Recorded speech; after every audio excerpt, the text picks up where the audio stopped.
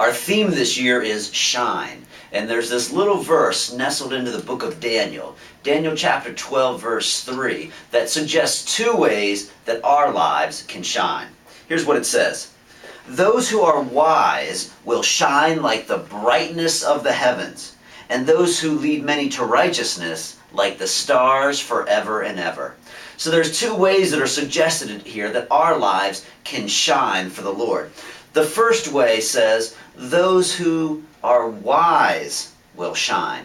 Now, students are relieved to know that this doesn't mean that you have to get straight A's for your life to shine. This biblical idea of wisdom is different than that. It's much richer than that, in fact. Because the biblical idea of wisdom talks about having discernment, knowing right from wrong, and then being able to do what's right, to follow in God's ways. I'm reminded of King Solomon back in the Old Testament. The third king of Israel, Solomon, took power and was overwhelmed with the responsibility that he would have to take. And just like in many countries of the world today, the passing of power was not a peaceful event like we're fortunate that it is here in the United States. So there was a lot of political maneuvering going on and some turmoil involved. And into this context, Solomon was taking over the kingdom of Israel, and he knew that without God's help, he was going to quickly be in over his head. So God came to him in 1 Kings and said, hey, what would you like me to do for you? And Solomon could have asked for the greatest army in the world, perhaps, and say, I'm going to subdue these people into submission and make sure that no one can attack us. Or maybe he would have asked for all the wealth in the world and said, I'll just bribe everyone into following me and being good citizens of the kingdom.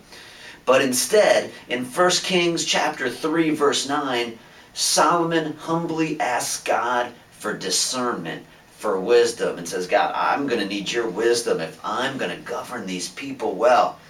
And God says, Solomon, that was a great choice. In fact, I'm going to give you lots of wealth and power too, but I'm going to give you discernment so that you will know what the difference between right is and wrong is for leading your people, so you can follow in my ways.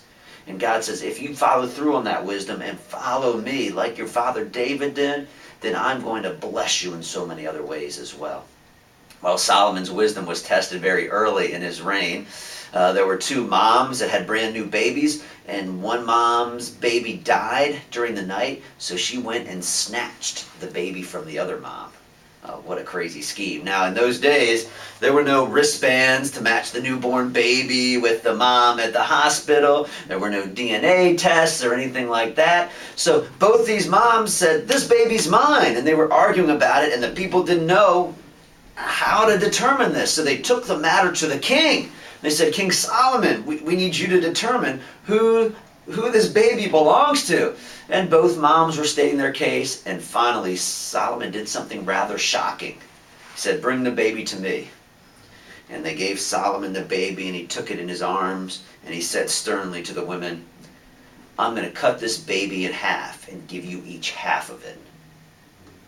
Well, one of the moms was appalled right away and said, no, please give the baby to the other mother. Don't do that. And right then, of course, Solomon knew who the baby's real mother was. And he gave that baby to that mom who had protested that move.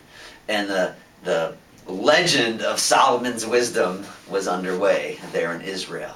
And God gave him this discernment so that he could lead his people well. And God says we too can shine in our lives as we practice godly wisdom. And this leads us to the second part of Daniel 12:3, which says another way we can shine brightly is like those who lead many to righteousness, shining like the stars forever and ever. And leading many to righteousness is about drawing people to God, to true faith in Him, to godly wisdom like Solomon did. And when I think about leading to many to righteousness, this is not just for your pastors, your school administrators, for teachers. This is for all of us who want to follow God's ways. I think of a flock of geese flying through the sky, and there's one goose at that very point. He's flying lead for the others. But when he gets tired, he drops back. And then another goose takes his place, flying lead. And they take turns. And that way they all have a turn to lead. And just like we can all be participating in leading others to righteousness. It's not just one person's job or one minister's job. And the scripture says we can shine brightly as we lead others to righteousness in our lives, as we give them an example of godly wisdom. Matthew 5:14 says, a city on a hill cannot be hidden.